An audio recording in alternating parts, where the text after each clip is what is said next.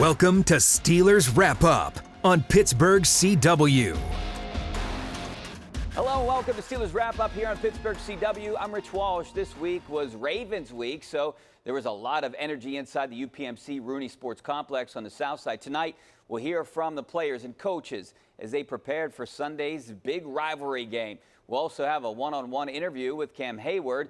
But we start the show with an in-depth look at the Steelers' big win in Atlanta through Steelers TV, sights, and sounds. In the NFL, a trip on the road can truly be a homecoming. Showing out at home. Standing on business today. Go, man. Turning up for the city. Turning up for the city today. Let's go today. A euphoric sense of pride, playing in front of friends and family, right where their football roots were laid. I like being at home. We on the road, but we at home. That's so fun today. I know it's not everybody's hometown, but play like it is, bro. Play like it is for me. Play like we gotta win this one, because we do. Capturing a win, it's still the task unforgotten amidst the unique sense of comfort. But sentimental feelings aside, Pittsburgh is still searching for their first back-to-back wins of the season. And what better place to find them than on the road?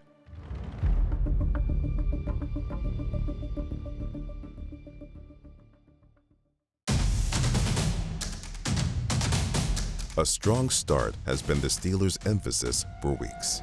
Now, it has become a trend. Najee finds a gap, comes up to the 30-yard line. That's a win on first down for Pittsburgh. They give it to Najee. Patiently picks his way off left tackle the ball. Now he's still on his feet. He gets inside the 25, down to the 24. The ball is down. Kick by Wright is on its way. Long enough. It's high enough. And it's good. To your point, Steelers have used up half the first period to get on the board. That's the best way. The best defense is a good offense. Najee Harris, the lone setback. Najee tries to bounce it. He does bounce off a defender. More than enough for the first down. He gets to the 28. Oh my, did he body slams Richie Grant. Zooks, man, it was like dunking him on the ground. That is some powerful running. Najee Harris, I obviously agreed with the Georgia air here. That kick is on its way, and it is good. Matthew Wright, he is now 10 for 12 subbing for the Bosman. That is good subbination there. Steelers 3rd and 4. They are 4 of 6 on third downs from their 31. Pickett in the gun. He's back. He looks. He fires. And the Muth comes up with a big catch. Still on his feet. 45-50. Blocker at the 35-30. Stiff arm at the 25-20. And tackle from behind. Freiermuth gets all the way down near the 10-yard line. What a play by the second-year man from Penn State. Pickett empty set first and 15. He throws the pass down the middle. What a catch! And that is Connor Heyward reeling that pass in for a 17-yard touchdown, the first of his career.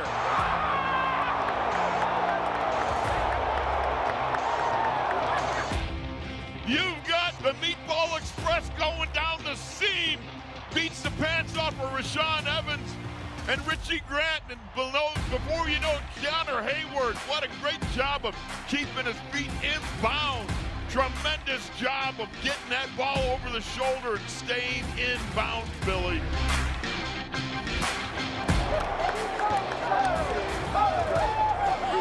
When you're talking about Cam Heyward, you're talking about Connor Heyward, the Heyward brothers. This is like a home game for these guys. And of course, at that moment, Cam was a little choked up about his brother catching his first touchdown here in this stadium.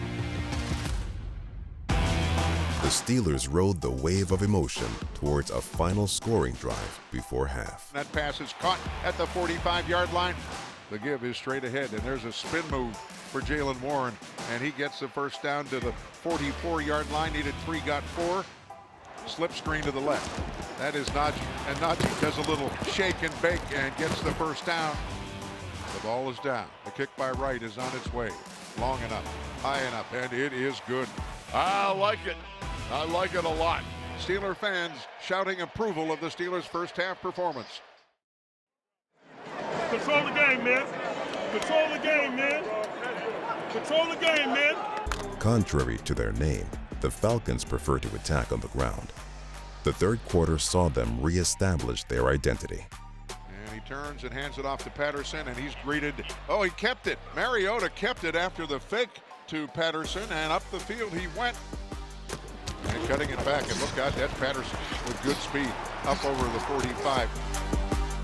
They're grinding and pounding, 22 yards by Patterson to the Pittsburgh 26, and it's been all run from this drive starting at the 25.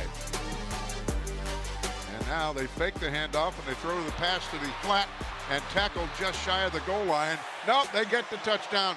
Michael Pruitt, they complete one pass in the drive, and that was a touchdown. Everything else was grind and pound. Don't see that often in the NFL anymore, do you? Nope, the Steelers now lead is down to 6.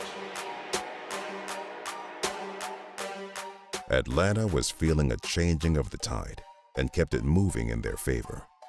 Fakes the handoff, wants to throw it. He does, and the pass is caught. Sliding grab at the 10-yard line. Mariota back, throws for the end zone, overthrows, incomplete, and the Steelers defend that third down very well. And we have a 3-point game with 5:27 to go.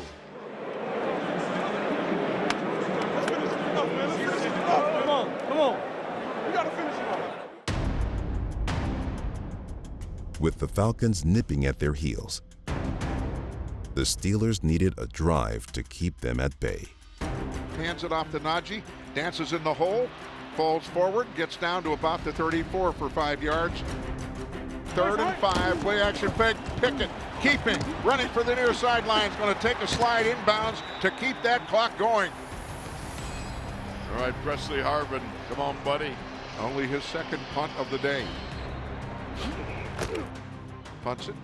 It's a voodoo kick. It's got a lot of spin on it, but it's going to hit, dig, and be down inside the 5-yard line at the 2. A wedge shot by Presley Harvin III, and Miles Boykin jumped on it at the 2-yard line. Presley Harvin, you just kicked the pelvis out of that ball. That's what you did. Atlanta out of timeouts. 42 seconds from their 2. The Steeler Nation is responding with decibels. Shotgun snap. Mariota from his end zone. Throws that pass, and it's intercepted. Going to the 5-yard line and getting out of bounds is Minkah Fitzpatrick, and that seals the deal. That's another magic Minkah moment, Billy. Such a heads-up player, such a powerful player. Guy that is just unbelievable. And that is your ball game. Wow, what a performance. The Steelers win number 5, and now they get ready for the Ravens. Final score, Pittsburgh 19, Atlanta 16. That's cool, your little brother scored here today. Man, why you got to bring it up now? Why you got to bring it up now? That's pretty cool. You went big brother on me there. We went through your day this morning. I know. And it me up. I know. It had me. You went big bro on me. I wasn't ready for that. It never even crossed my mind. That was the crazy part.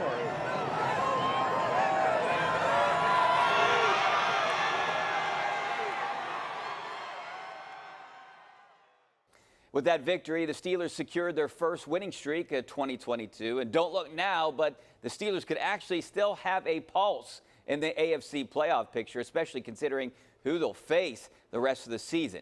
Coming up, we'll show you the best interviews of the week from both Coach Tomlin and the players as we roll along here on Steelers Wrap Up.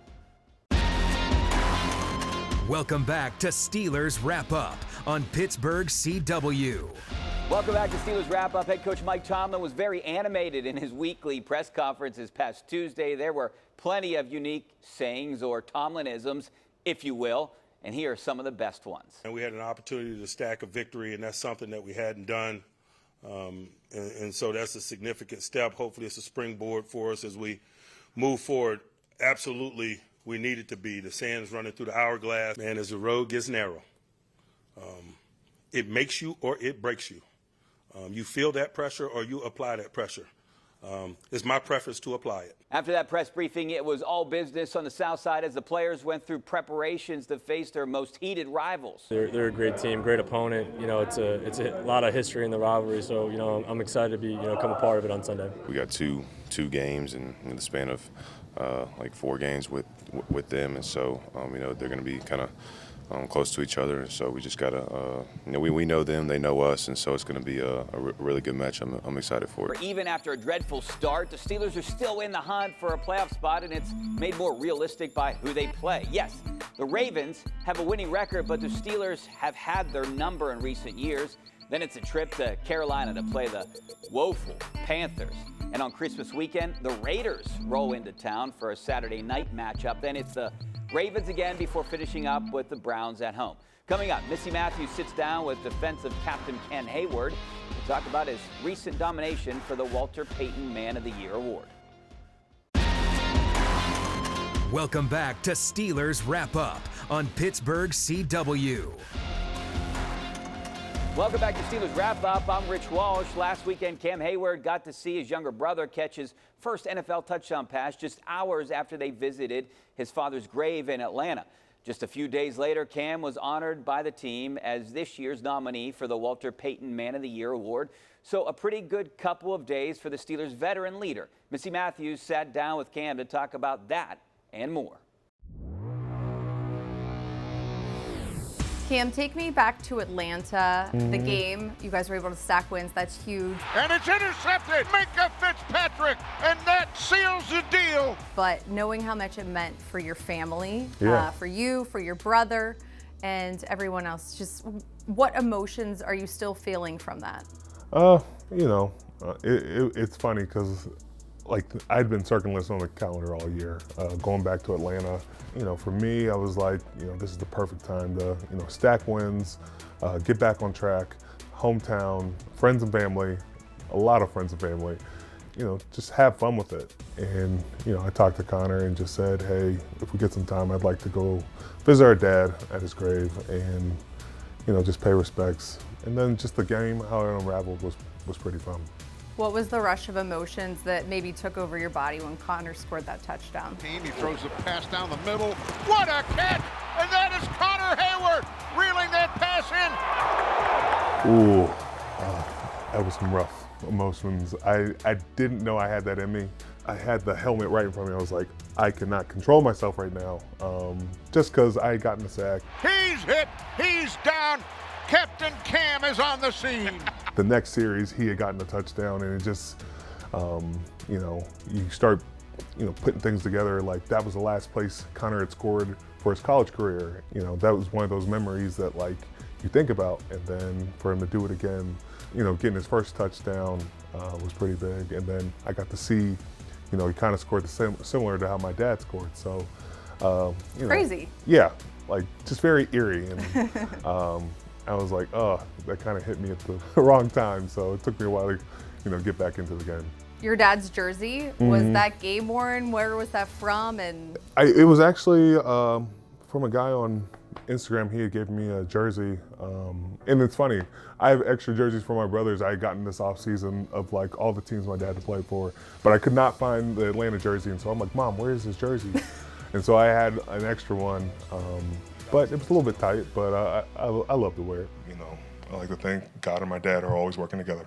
Coach Tomlin joked, but was maybe serious this week, that he talks to you, not to Connor. Do you remember being that young guy that was maybe in Connor's shoes? And do you also remember when maybe the relationship that you have with Coach Tomlin started? I know Brett and Aaron always had to deal with Coach Tomlin talking to them about me and my process in growing up. Anytime Connor makes a mistake on the field during practice, I'm the first to know about it. With Mike T, I think I've just appreciated him. From him just not only being a coach, but someone I can talk to and go through different things with. He's my eyes and ears. I'm his eyes and ears on the field. And we communicate multiple about a lot of things. It's not only just coach to player, it's a friendship. And I don't want to let that guy down. Last year around this time, you bought Najee a Christmas tree. He was the guy you kind of took under your wing and was maybe explaining you can do football, you can also do outside stuff. This was per Coach Tomlin's recommendation. Is there anyone this year that is under your wing? Najee was a cyborg. He was a guy who was so locked in on football that I don't even think he left the facility sometimes. I don't know who that guy is. I might have to keep looking around, seeing if Kenny Pickett's still here. He's a guy that's always here. So I'll keep my eyes open. There's definitely a chance to spread some Christmas cheer. In terms of the Baltimore Ravens, you've been in this matchup plenty of times. You throw the records out, it's physical. What's going to be the biggest challenge for your defense this week? Stopping the run. Every time you play this team, they're very unique in the way they run. It's, zone reads. They've had, they can run jet sweeps as well. They have a multitude of guys who can run the ball. So it comes down to just tackling, good assignment football, and it's an entire game thing. It doesn't just shut off after the second quarter. It's something you have to be very cognizant of and continue to just keep battling back at. Cam, thanks so much for your time. We appreciate it. Thank you. Appreciate you. Coming up, it's time to grill and chill with Steelers tight end Zach Gentry and Pat Freiermuth as they welcome special guest Kenny Pickett to their post-practice talk show of sorts. Stick around. Welcome back to Steelers Wrap Up on Pittsburgh CW. Welcome back to Steelers Wrap Up. When you cover a professional sports team like we do with the Steelers, you notice groups of guys becoming great friends. One of those groups over on the south side includes tight end Pat Freiermuth and Zach Gentry. This year, they've been teaming up to host their own talk show, with this week's guest being none other than starting quarterback Kenny Pickett.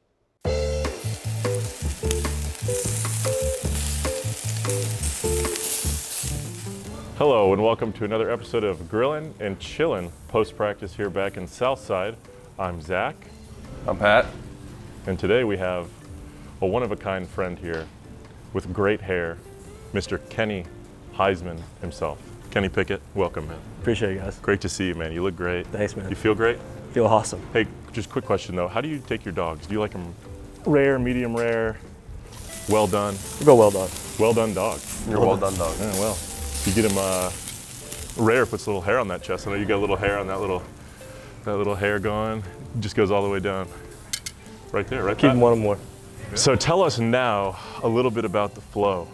All right, you've got immaculate flow. And you know what, I'm not gonna lie, I met you, probably 3 years ago now? Yep.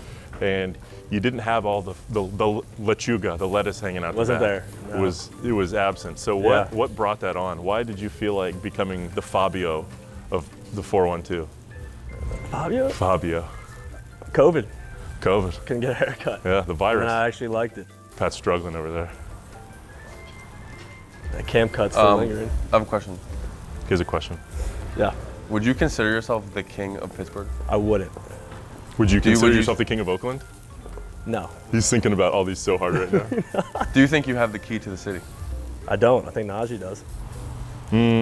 Key says your name on it, checked. Huh? Key says your name on it, says checked. Kenny on it. It says Kenny. I gotta Kenny check it. Heisman. When you were at the Heisman ceremony, did you think you were going to win it? I did not. Why? I felt like Bryce had it locked up. This is a terrible episode. This is a great episode. I got no good questions. Everybody else got way better questions. If you could be, I was a fourth choice too. If you could be any animal, what would you be? Here we go. Eagle. Why? So I can fly. That was the best question of the day. Okay. All right. Do you love your fiance? Fiance. Yeah. Do you have your fiance? Do you miss her honestly during the day though? What? Do you miss her during the day? Do you think about her? 24/7. Do you think about? Do you miss her when you're with her? I think about you two as well. Do you miss us when we're gone? I miss you now. You're here.